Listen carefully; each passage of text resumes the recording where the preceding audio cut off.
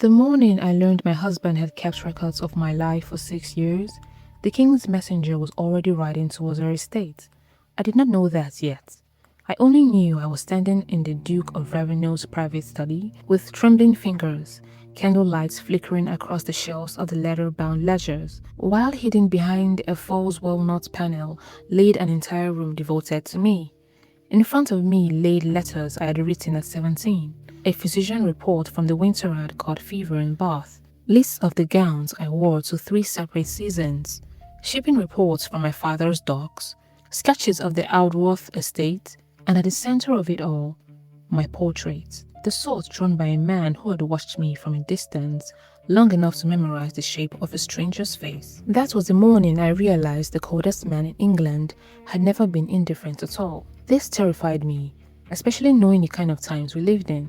In the era of the Queen Victorian's reign, the great houses of England did not raise sons to be tender. They raised them to endure. Men born to titles were taught that tears invited betrayal, affections weakened negotiations, and love was something that cost too much.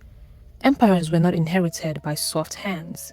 They were gripped by men who could bury grief beneath silk waistcoats and discuss profits while their hearts bled unseen. And no man embodied that creed more perfectly than Percival Ravenel, Duke of Ravenel. They called him the Iron Duke in drawing rooms where people smiled too brightly and whispered too low.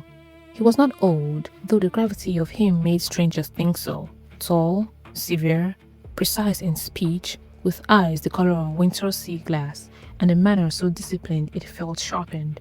Men twice his age hesitated before crossing him. Ministers sought his favors. Bankers feared disappointing him. Entire towns lived because his railways passed through them. He had built steel tracks across counties the way conquerors once drew borders. And it so happened that I became his wife. Dearest gentle listener, before we continue, thank you so much for clicking this video to watch. It'll mean a lot if you gave this video a thumbs up and subscribed to our channel. Please tell me in the comments what part of the world you're watching from. Okay, let's move on. My name is Lady Elara Aldworth, though by then, the lady was more decorative than true. My family still possessed a crest, a ballroom, and enough portraits of dead ancestors to fill the paper of a cathedral, but beneath the velvet and marble, we were collapsing. My father's shipping empire was drowning under debt. Storms had sunk 2 vessels, a fire had taken a warehouse in Bristol. Insurance claims vanished mysteriously, creditors circled like gulls. We had lineage, yes, but lineage did not pay dock workers. So when the Duke of Ravenel requested an audience, my father wept with relief before the man had even crossed the threshold. I remember the first time I saw Percival clearly. The rain struck the carriage windows as he stepped into our drawing room, removing black gloves finger by finger as if even gestures should be efficient. My father laughed too loudly. My mother poured tea with shaking hands. I stood beside the fireplace in my last respectable gown and knew instantly that he had not come for the conversation. He glanced once at me, then to the map laid on the table. Aldworth controls 3 water ports, he said. My father nodded eagerly. Yes, Your Grace. I require them. I looked at him in astonishment at the frozen power at which he spoke his words. He neither said, I wish, nor did he say, would like. He said, require. And then he turns to me. I'm informed Lady Elara is unmarried. I stood numb as that was my proposal. No kneeling, no flowers, no trembling declarations. A marriage spoken aloud in a room that smelled faintly of damp wood and desperation. I should tell you I hated him at once. Not because he was cruel or rude. Cruelty at least acknowledges you. No, he was worse. He was untouched. The wedding took place 12 days later, beneath painted ceilings and stained glass, so beautiful it felt insulting.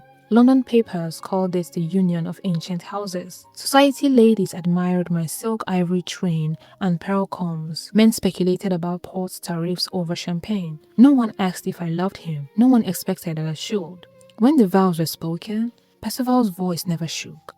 Mine clearly did. He kissed my hand, not my lips. The chapel bells rang like mockery. That night, I was escorted not to romance, but to administration. His ancestral castle rose over the moors like a stone warning. Draft moved through corridors older than some kingdoms. Portraits watched from gilded frames with stern family disappointment. In the master chamber, a fire burned low. My trunk had already been unpacked with military precision. Percival stood beside a desk. On it lay a ring of keys and a folded paper. He handed both to me. "You have the east wing," he said. I stared at him. "I beg your pardon? The blue keys is for your private sitting room. The silver keys open the conservatory after dusk. The black key is not to be used. And the paper?" I unfolded it. "Your schedule. Breakfast at 8. Estate walks on Tuesday. Public dinners Thursday. Required appearances listed by dates. Even suggested reading hours." I looked up slowly. He met my gaze with discomfort. "We meet for social obligations," he said calmly, "and for the production of an heir when practical. Outside of that, our lives shall remain separate. There are moments of humiliations that arrive so elegantly it almost resembles etiquette. Do not expect my affections, Lady Ravenel." And then he bowed to his own wife as he left the room. I did not cry. Women in my position were expected to cry or to rage or throw porcelain. Instead, I sat in the enormous bed and laughed once, quietly and bitterly. "Very well, Your Grace," I thought. "Let us be strangers." The day that followed taught me the laws of Ravenel House. Dresses suitable for breakfast differed from dresses suitable for correspondence. No speaking during council meetings unless addressed. No alterations to menus without household approval. No visitors received after 6. Servants moved with reverent fear. Even the butler lowered his voice when announcing the Duke. "He never smiles," one maid whispered while pinning my sleeve. Another crossed herself. "He has never loved anyone." At first, I resented the house. Then I studied it. Power revealed itself through habits. The Duke rose before dawn, rode in all weather, read reports at meals, signed papers with his left hand, and never repeated an instructions. He never forgot a slight. So I changed tactics. If warmth meant weakness here, then I would become winter too. I stopped seeking conversations. I thanked him with the politeness one gives a banker. At dinners, I spoke brilliantly to everyone except him. If he entered a room, I did not turn. As I learned, indifference can be the only language pride respects. And for the first time, I saw him notice me. The crack came during a tenants' dispute in late October. 3 farmers had been summoned over grain levies. A steward accused them of withholding payments. Percival listened in silence from the head of the long oak table, while advisors muttered numbers. The eldest farmer's hands shook. I knew those hands. Salt-cracked skin, rope scars, dock workers' hands. Men like that do not hold coin. They survived weather. "The books are wrong," I said. Every head turned. One advisor frowned. "Her Grace was not asked," he said. "No," I replied, "but she can count." I crossed to the ledger, scanning entries. 2 collections had been marked on the same parcel. The steward had duplicated charges. The room tightened. Percival's gaze lifted to me, not warm, not pleased, but with interest. He asked only one question. "How quickly did you see it?" "It was obvious," I said, sitting comfortably in my lie, knowing it had taken me several minutes. He dismissed the stewards before sunset. That night, a new ledger appeared in my sitting room with no note attached. Inside were estate summaries. It was an invitation without words. Respect comes strangely from proud men. Winter passed into spring, and London called the title classes back for the season. Ballrooms bloomed with candlelights, carriage clouded Mayfair streets, music spilled from mansions each night while fortunes were arranged between waltzes. I thought distance from the castle might free me. Instead, it was there the Duke changed. At first, subtly. The opera house where I once mentioned loving Billionaires was suddenly purchased by the Ravenel Holdings. My preferred box was reserved permanently. The florist on the Brook Street stopped charging me. His Grace had settled all future accounts, the owner said, pale as cream. Even my favorite mirror at the stable had been bought from its prior owner and sent to me with a new saddle embossed in silver. I confronted him in our London townhouse. "You said this marriage was for duty." He continued reading correspondence. "It is." "Then why do I find your name wrapped around every corner of my life?" He lowered the paper, and for a moment, something dangerous moved behind those calm eyes. "I married you for the deep water harbors held by your family," he said. "With them, every rail I own reaches the sea." The bluntness stung, though I expected it. But then he added softly, "But what followed was unforeseen." My breath caught. He looked almost annoyed at himself for saying it. That was the first time I had sensed emotions in him not as absence, but as pressure. And pressure, if trapped long enough, becomes explosion. With spring came the London season, when noble houses returned from their estates to parade wealth, arrange marriages, and sharpen old rivalries behind polite smiles. It was in that glittering battlefield that Count Julian Ashcombe reappeared.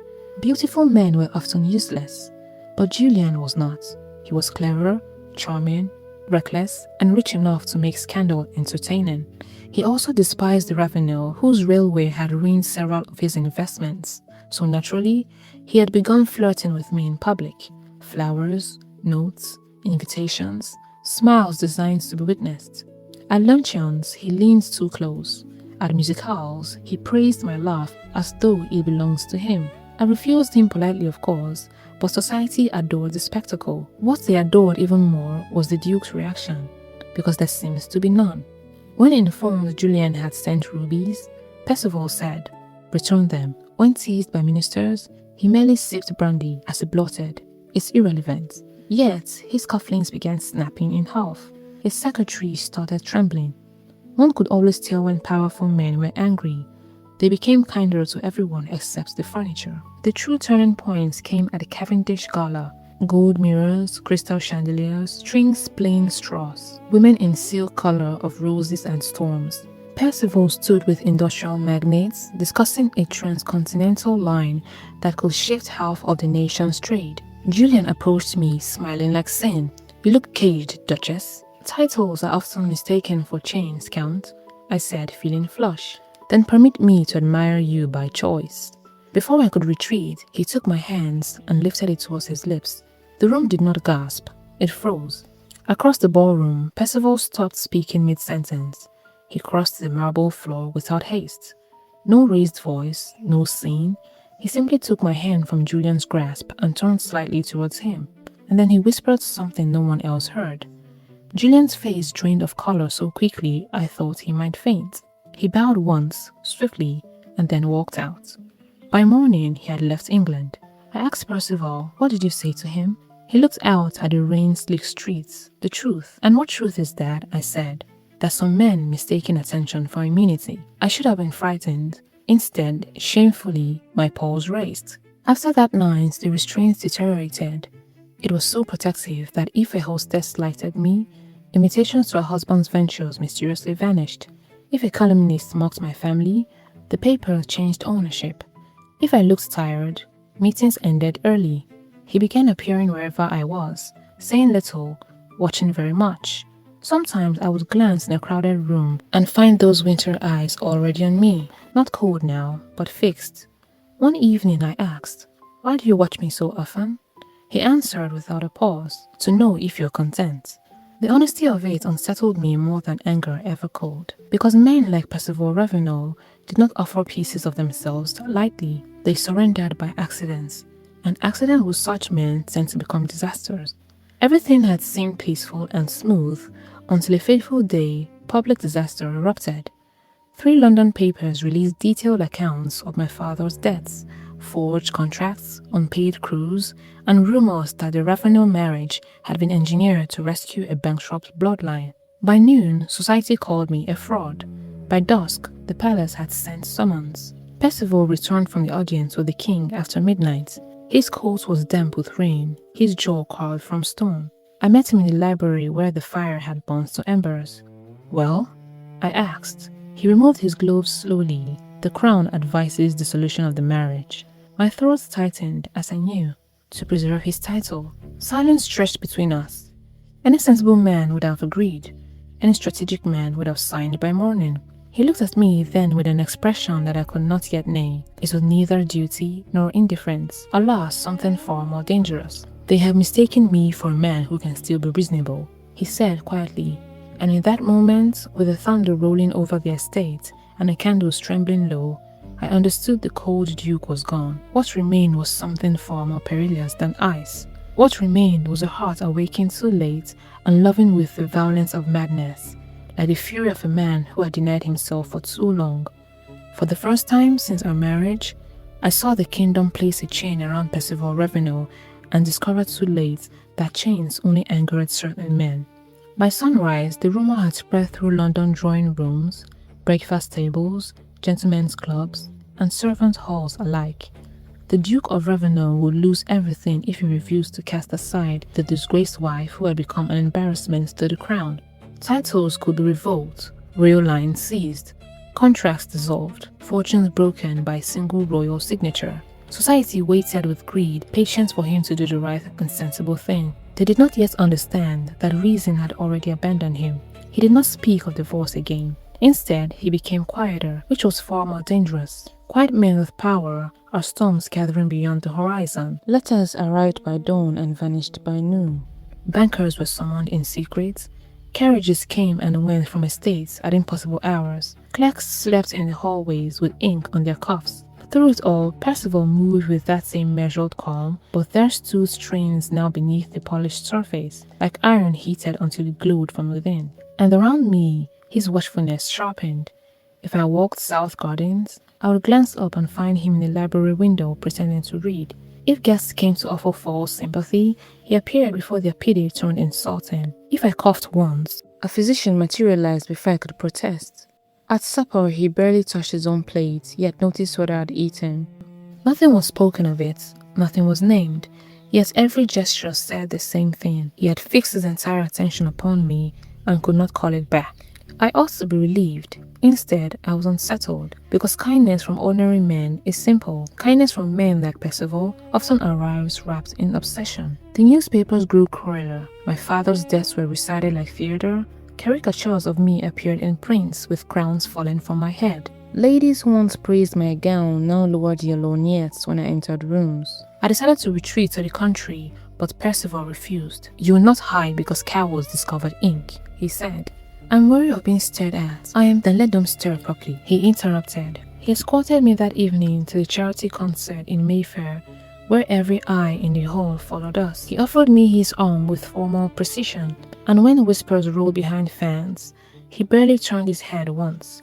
The room fell silent so quickly I heard a crackle of candle wax. I began to understand something dangerous. He did not defend me because I was noble, he defended me because I had become his. That frightened me more than scandal ever had. The confession came 3 nights later during a storm. I had found another article lying open in the drawing room, and already exhausted, I carried it straight to his study. He stood over maps and telegrams, sleeves rolled, jaw tight with fatigue. "Is there any corner of England left unconquered by your pride?"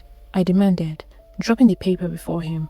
"You could end this with one sentence, one signature, one declaration that I'm no concern of yours." His eyes lifted slowly. "You are very much my concern." "Then why marry me at all? For ports? For ledgers? For convenience?" "Yes." At first, the words struck hard despite all I knew. I turned to leave, but it crossed the room faster than I'd ever seen him move. "Elara." I stopped because no one had ever heard him speak my name like that. When I faced him, all the discipline of years seemed to tremble inside him. "You were never meant to matter thus," he said, voice low and roughened by emotions he despised. "You were meant to be an agreement inked upon paper, a practical joining of houses, a matter concluded and shelved. Yet, you entered my days as dawn enters a shuttered chamber, and now every room is altered by your presence." He went still for a moment as the words escaped him, as if astonished by himself. I could scarcely breathe. He, however, recovered too quickly. "Men trained all their lives to hide themselves do not surrender easily. You should rest," he said coldly. That was the cruelty of it, to reveal his heart for one unguarded instant and then lock it away again. So I withdrew. I answered him politely and nothing more. At breakfast, I discussed weather with the butler instead of speaking to my husband. I declined carriage rides. I spent afternoon writing letters he knew were meaningless simply to avoid him. If he entered a room, I found reason to leave it. I told myself it was caution. Truthfully, it was fear hidden behind longing, for I was already falling for a man whom I feared may forever be cold towards me while my heart burned with desire. And because once a man like Percival admits feeling, he really does it in-house. He's either all in or out. My distance wounded him in ways no enemy ever had. I saw in the tightening of his mouth, the late night pacing beneath my chambers, the abrupt temper with servants who had done nothing wrong. He began appearing beside me with no excuse at all. "Will you write today?" "No," I said. "Shall I send you books?" "No." "Have I offended you beyond repair?" The question was asked so quietly, I nearly answered honestly.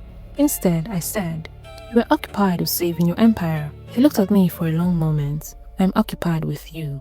Then he walked away before I could reply. The next week, London convulsed. At 11 in the morning, trading floors roared with confusion. Shares collapsed without warning. Credits vanished. Men who had lost at the Ravenel over cigars were suddenly white-faced and begging for loans no one could give. By noon, several newspapers had ceased printing entirely. By 1 o'clock, the market steadied as abruptly as it had fallen. 1 hour, that was all. 1 hour long enough to destroy every consortium connected to the men who had funded the scandal against me. When I confronted Percival that night, he was pouring tea as if nothing had occurred. "You shook the exchange," I said. I adjusted it. "Men have been ruined," I replied. "They should have chosen better amusements than attacking my household," he said with an icy authority. "You would burn half of the country to win?" He set down the cup. "To keep what is mine, I would burn more than half of it." There were moments when devotion ceases to feel tender and begins to feel immense. This was one of them. I should have recoiled. Instead, some guarded place within me softened. Not because what he did was gentle, it was not, but because for the first time in his life, this man who valued power above every other thing was spending it recklessly for someone else. For me. And yet, law born from obsession attracts danger as surely as lanterns attract moth. My father arrived at dusk 2 days later. He looked older, smaller, smelling of tobacco and panic. We met in the orangery where rain tapped against the glass and citrus trees glimmered in the gloom. "Elara," he said, seizing my hands. "You must leave him." I pulled away. "He sold me to him. I saved us," he whispered. He winced, then glanced over his shoulder, though we were alone. I licked the accounts. Everything around me went silent. What? I only meant to frighten him, to force another settlement. He has wealth beyond measures, and I thought, "You thought to blackmail the Duke of Ravenel?" His face crumbled. "You do not know what he's capable of." "No," I said softly. "I'm beginning to." My father gripped my sleeve. "If you remain, he will destroy me." A bitter laugh rose from my throat. "You destroyed yourself. Still, he was my father. Weak, selfish, foolish, but mine.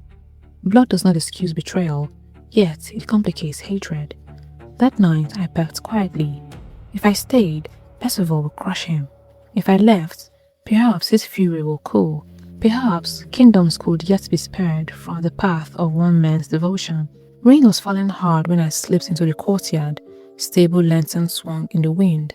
Horses stamped and snorted. My cloak was already soaked by the time I reached the waiting carriage. "You are a poor fugitive." His voice came through the rain like a verdict. Percival stood beneath, no umbrella, coat dark with water, hair damped at the temples, hand bare at his side. He looked less like a duke than something ancient and offended by human disobedience. I closed my eyes briefly. "Must you always know everything?" "Yes," he said. "Did you follow me?" "No. I knew you would come here." Thunder rolled across the hills. "I'm leaving to protect you," I said. A strange softness crossed his face. "From whom? Your father?" "You would ruin yourself destroying him," I said. "I already dealt with him." Cold water ran through my neck. What does that mean? It means he departed this morning for a colony 3 oceans away with enough money to give him comfort and strict instructions never to return. I stared at him. "You spared him?" "I removed him." "But why?" He stepped closer, rain silvering his lashes. "Because you could have grieved if I crushed him. Because vengeance pleased me less than preserving what remains gentle in you. Because I'm trying, Elara, with miserable skill to love you without becoming monstrous." No speech in the parliament had ever moved me so deeply as that awkward confession in the flooded courtyard. I went to him then, not dramatically, not like the operas where violins screamed and people collapsed beautifully. I simply crossed the wet stones and took his hands. It was the first time I'd ever done so of my own accord. He looked down at our joined hands as if entrusted with something holy. "You're trembling," I said. "I have negotiated wars more calmly than this moment," he replied. I laughed through tears and rain. Then, very gently, I said, "Come inside, Your Grace." We returned into the estate before dawn. The house, which had once felt like a museum of discipline, seemed to change by the morning light. Fires burned warmer, curtains were opened, Staff moved with cautious optimism, as though spring itself had entered with us. In the library, Percival unlocked the drawer where our marriage contract had been kept. He laid the documents upon the grate. "This governed us once," he said. The paper cut quickly, edges curling gold, signatures blackened into ash. He watched it burn with the solemnity of a burial. Then he turns to me with none of the old frost remaining. The cold had not vanished entirely. It had transformed. His intensity was still there, his vigilance, his impossible need to know where I was, and whether I had eaten, and who annoyed me before luncheon. But now, it was tempered by tenderness, by pauses, by questions instead of commands. And I, who had entered the Ravenel house as a bargaining chip, found myself answering those questions gladly. And from the ruins, we built something warmer than duty, stronger than pride, and far rarer than madness.